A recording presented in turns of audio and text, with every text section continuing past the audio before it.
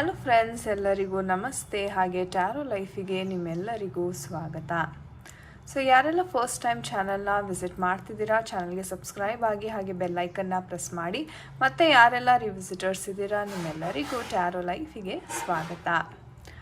So friends, ಇಂದಿನ ಒಂದು ವಿಡಿಯೋದಲ್ಲಿ ನಿಮ್ಮ ಒಂದು ವ್ಯಕ್ತಿಯ ಡೀಪ್ ಸೀಕ್ರೆಟ್ಸ್ ಅಂತಕ್ಕಂಥದ್ದು ಏನಾದರೂ ಇದೆಯಾ, ಅವ್ರು ನಿಮ್ಮ ಬಗ್ಗೆ ಮತ್ತು ರಿಲೇಷನ್ಶಿಪ್ಪಿಂದ ಏನಾದರೂ ಮುಚ್ಚಿಡ್ತಾ ಇದ್ದಾರಾ, ಸೊ ಆ ಥರ ಒಂದು ವಿಚಾರಗಳು ಏನಾದರೂ ಇದ್ದರೆ ಇವತ್ತಿನ ಒಂದು ಟ್ಯಾರೋ ರೀಡಿಂಗ್ ಮಾಡೋದ್ರ ಮುಖಾಂತರ ನಾವು ತಿಳ್ಕೊಳ್ಳೋಣ. ಆ್ಯಂಡ್ ಗಾಯ್ಸ್, ಇದು ಒಂದು ಜನರಲ್ ಟೈಮ್ಲೆಸ್ ರೀಡಿಂಗ್ ಆಗಿರುತ್ತೆ. ಸೊ ಯಾವ ವಿಚಾರಗಳು ನಿಮಗೆ ರೆಸೊನೇಟ್ ಆಗುತ್ತೆ ಖಂಡಿತ ನೀವು ಕನ್ಸಿಡರ್ ಮಾಡಿ. ಆ್ಯಂಡ್ ನಿಮಗೆ ಯಾರಿಗೆಲ್ಲ ಪರ್ಸ್ನಲ್ ರೀಡಿಂಗಿನ ಅವಶ್ಯಕತೆ ಇದೆ, ಸ್ಕ್ರೀನ್ ಮೇಲೆ ಕಾಣ್ತಕ್ಕಂಥ ನಂಬರ್ಗೆ ವಾಟ್ಸಪ್ ಅಥವಾ ಕರೆ ಮಾಡಿ ನೀವು ನಿಮ್ಮ ಟೈಮ್ ಸ್ಲಾಟ್ಸ್ ಅಂತಕ್ಕಂಥದ್ದನ್ನ ಮುಂಚೆನೇ ಪೇಮೆಂಟ್ ಮಾಡಿ ಬುಕ್ ಮಾಡ್ಕೋಬೇಕಾಗತ್ತೆ. ಆ್ಯಂಡ್ ಇದು ಬಂದು ನಮ್ಮ ಇನ್ಸ್ಟಾಗ್ರಾಮ್ ಪೇಜ್ ಲಿಂಕ್ ಆಗಿರುತ್ತೆ. ಸೊ ನೀವು ರೆಗ್ಯುಲರ್ ಗೈಡೆನ್ಸ್ ಟಿಪ್ಸ್ಗೋಸ್ಕರ ಈ ಪೇಜನ್ನು ಸಹ ನೀವು ಫಾಲೋ ಮಾಡ್ಬೋದಾಗಿದೆ. ಓಕೆ, ಸೊ ಬನ್ನಿ ವಿಡಿಯೋವನ್ನು ಶುರು ಮಾಡೋಣ. ಸೊ ನೀವು ಮಾಡಬೇಕಾಗಿರೋದು ಸ್ಟೇ ಡೀಪಾಗಿ ಇನ್ಹೇಲ್ ಮಾಡಿ, ದೀರ್ಘ ಉಸಿರನ್ನು ತಗೊಂಡು ಮೈಂಡನ್ನು ಫಸ್ಟ್ ರಿಲ್ಯಾಕ್ಸ್ ಮಾಡ್ಕೊಳ್ಳಿ. Okay, take a deep breath, relax your self. ತದನಂತರ ನಿಮ್ಮ ವ್ಯಕ್ತಿಯ ಹೆಸರು, ಡೇಟ್ ಆಫ್ ಬರ್ತ್ನ ಮೈಂಡಲ್ಲೇ ನೀವು ಚಾಂಟ್ ಮಾಡ್ಕೊಳ್ಳಿ.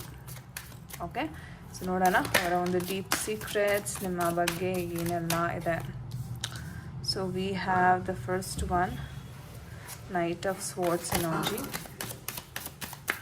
ಓಕೆ, ಸೊ ನೋಡೋಣ ನಿಮ್ಮ ಒಂದು ವ್ಯಕ್ತಿಯ ಡೀಪ್ ಸೀಕ್ರೆಟ್ಸ್ ಯಾವ ರೀತಿ ಇದೆ.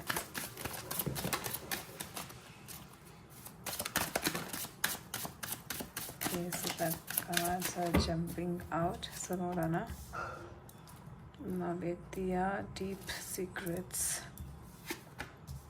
Okay, so we have the Four of Pentacles cards bartade, and next we have the Six of Wands bartade.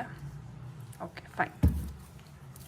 So any more energies that we need to know, dear universe? Any more energies we need to know about your bartade. Okay, so we have the Page of Swords energies bartade. Okay,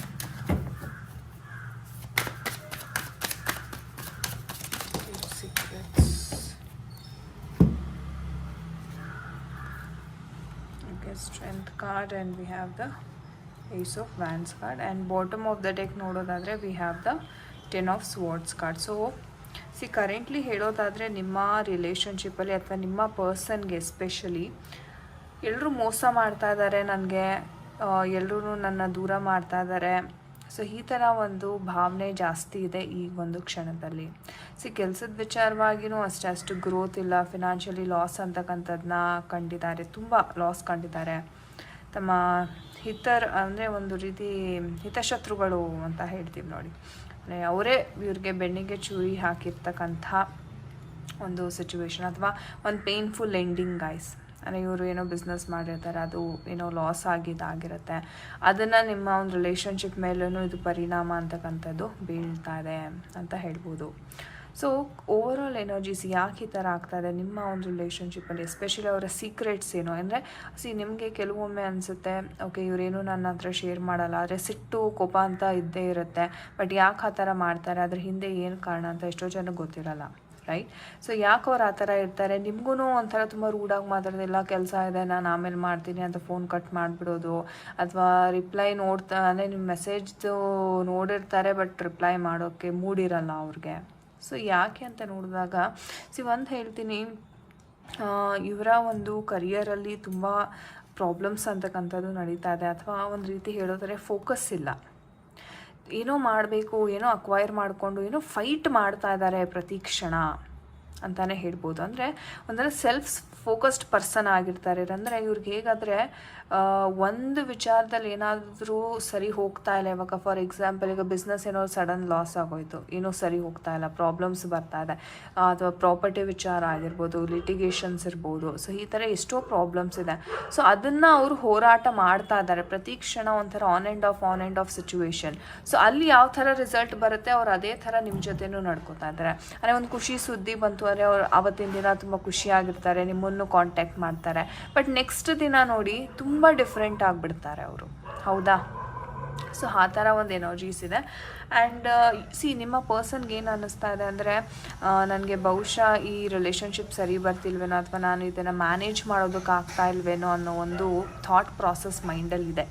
okay, ಅಥವಾ ನಾನು ಮೋಸ ಏನಾದರೂ ಮಾಡಿಬಿಡ್ತೀನಿ, ಅಥವಾ ನಾನು ಸರಿಯಾಗಿ attention ಕೊಡೋದಕ್ಕೆ ಆಗ್ತಾ ಇಲ್ಲ ನಿಮಗೆ. ಸೊ ಇದರಿಂದ ನೀವು ಏನು ಅಂದ್ಕೋತೀರಾ, ಈ ಒಂದು ಟೆನ್ಷನ್ ಸಹ ಇದೆ. ಆ್ಯಂಡ್ ಆ ಇನ್ಸೆಕ್ಯೂರ್ ಫೀಲಿಂಗ್ಸ್ ಇದೆ, ಅಂದರೆ ಅಷ್ಟು ಎಕ್ಸ್ಪ್ರೆಸ್ ಮಾಡೋಕ್ಕಾಗ್ತಾ ಇಲ್ಲ ಅವ್ರ ಕೈಯಲ್ಲಿ. ಬಿಕಾಸ್ ಇವ್ರು ಏನೋ ಒಂದು ಪ್ರಾಬ್ಲಮ್ಸ್ನ ಅಂಡರ್ಗೋ ಮಾಡ್ತಾ ಇದ್ದಾರೆ. ಇವಾಗ ಫಾರ್ ಎಕ್ಸಾಂಪಲ್, ತಲೆ ಮೇಲೆ ಒಂದು ದೊಡ್ಡ ಬೆಟ್ಟ ಇದೆ. ಇವಾಗ ನೀವು ಖುಷಿಯಾಗಿ ಮಾತಾಡಿ, ನಗ್ನಗ್ತಾ ಮಾತಾಡಿ ಅಂತಂದರೆ ಯಾರ ಕೈಯಿಂದನೂ ಆಗಲ್ಲ ಅಲ್ವಾ, ರೈಟ್? ಸೊ ಆ ಸಿಚುವೇಶನ್ ಅಂತಕ್ಕಂಥದ್ದನ್ನ ನಾವು ತುಂಬ ನೋಡಿದ್ರೆ, ತುಂಬ ಕಷ್ಟಪಟ್ಟು ಇನ್ವೆಸ್ಟ್ ಮಾಡಿದ್ದಾರೆಪ್ಪ. ಓಕೆ, ತುಂಬ ಕಷ್ಟಪಟ್ಟು ಇನ್ವೆಸ್ಟ್ ಮಾಡಿದ್ದಾರೆ. ಆ್ಯಂಡ್ ಅದನ್ನು ಮೋಸ ಮಾಡಿದಾಗ ಲೈಕ್ ಯಾರೂ ಸಹಿಸ್ಕೊಳ್ಳಲ್ಲ. ಅವ್ರ ಮೂಡ್ ಹೆಂಗಿರುತ್ತೆ ಅಂದರೆ, ಅದಕ್ಕೆ ಅವ್ರು ತುಂಬಾ ಹೋರಾಟ ಮಾಡ್ತಿದ್ದಾರೆ. ಆ್ಯಂಡ್ ಮ್ಯಾನೇಜ್ ಮಾಡೋದಕ್ಕೆ ಆಗ್ತಾಯಿಲ್ಲ ಅವ್ರಿಗೆ. ಸೊ ಒಂದು ಕಡೆ ಹೋರಾಟ, ಒಂದು ಕಡೆ ಇಲ್ಲಿ ಫ್ಯಾಮ್ಲಿನೂ ನೋಡಬೇಕು, ಈ ಕಡೆ ನಿಮ್ಮ ಕಡೆನೂ ಗಮನ ಕೊಡಬೇಕು. ಸೊ ಈ ಥರ ಸಿಚುವೇಶನ್ಸಲ್ಲಿ ತುಂಬ ಸಿಕ್ಕಾಕೊಂಡೆ. ಆ್ಯಂಡ್ ಹಣಕಾಸಿನ ವಿಚಾರದಲ್ಲಿ ತುಂಬಾ ಅನ್ಯಾಯ ಆಗಿದೆ ಇವ್ರಿಗೆ ಅಂತಲೇ ಬರ್ತಾರೆ. ಆ್ಯಂಡ್ ಇವ್ರು ಹೆಂಗಪ್ಪ ಅಂದರೆ, ತುಂಬ ಹಾರ್ಡ್ ಅರ್ನ್ಡ್ ಮನಿ, ತುಂಬ ಕಷ್ಟಪಟ್ಟು ದುಡ್ದಂಥ ಮನಿ, ಅದನ್ನೇನೋ ಒಂದು ಇನ್ವೆಸ್ಟ್ಮೆಂಟ್ ಅಂತ ಮಾಡಿರ್ತಾರೆ. ಅಲ್ಲಿ ಅವ್ರಿಗೆ ಚೀಟಿಂಗ್ ಆದಾಗ ತುಂಬ ಇವರು ಸಹಿಸೋದಕ್ಕೆ ಹೋಗೋದಿಲ್ಲ. ಅದೊಂದು ಪ್ರಾಬ್ಲಮ್ ಇದೆ.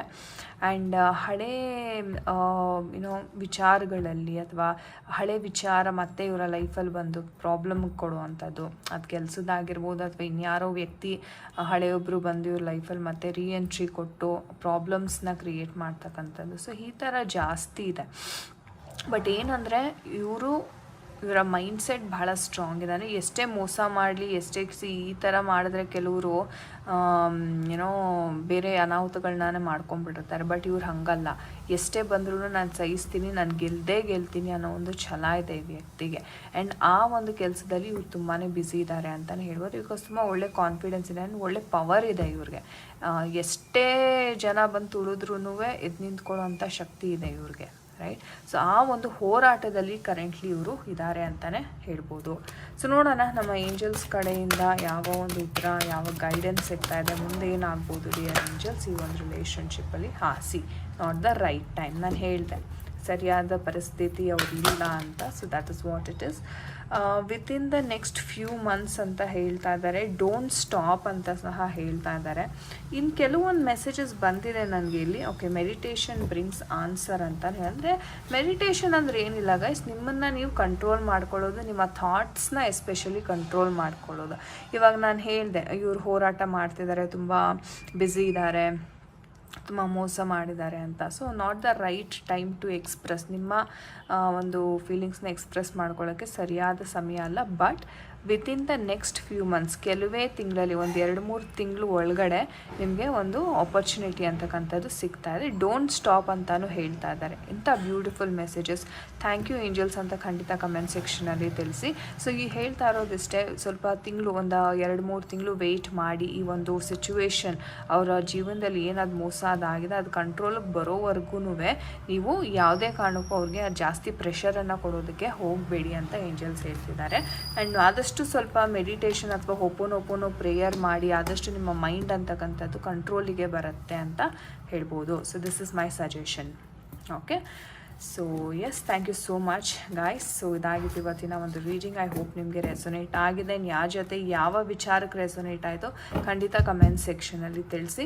ಆ್ಯಂಡ್ ನಿಮಗೆ ಪರ್ಸ್ನಲ್ ರೀಡಿಂಗ್ ಬೇಕಾದಲ್ಲಿ ಸ್ಕ್ರೀನ್ ಮೇಲೆ ಕಾಣ್ತಕ್ಕಂಥ ನಂಬರ್ಗೆ ವಾಟ್ಸಪ್ ಅಥವಾ ಕರೆ ಮಾಡಿ ಪರ್ಸ್ನಲ್ ರೀಡಿಂಗ್ನ ನೀವು ಬುಕ್ ಮಾಡ್ಕೋಬೋದು. ಆ್ಯಂಡ್ ನಿಮಗೆ ಯಾರಿಗೆಲ್ಲ ಟ್ಯಾರೋ ಕಲಿಬೇಕು ಅನ್ನೋ ಆಸಕ್ತಿ ಇದೆ, ಬೇಸಿಕ್ ಟು ಅಡ್ವಾನ್ಸ್ ಕೋರ್ಸ್ನ ನಾವು ಪ್ರೊವೈಡ್ ಮಾಡ್ತಾ ಇದ್ದೀವಿ. ಆಸಕ್ತಿ ಇರುವವರು ಖಂಡಿತವಾಗ್ಲೂ ನೀವು ಈ ಕೋರ್ಸನ್ನು ಜಾಯ್ನ್ ಆಗಿ ನೀವು ಸಹ ಟ್ಯಾರೋ ರೀಡರ್ ಆಗ್ಬೋದು. Okay, so yes guys, thank you so much for watching this video. ನಾನು ನಿಮಗೆ ಸಿಗ್ತೀನಿ ಮುಂದಿನ ವಿಡಿಯೋದಲ್ಲಿ. ಅಂಟಿಲ್ ದೆನ್ ನಿಮ್ಮೆಲ್ಲರಿಗೂ ನಮಸ್ತೆ. ಹರೇ ಕೃಷ್ಣ.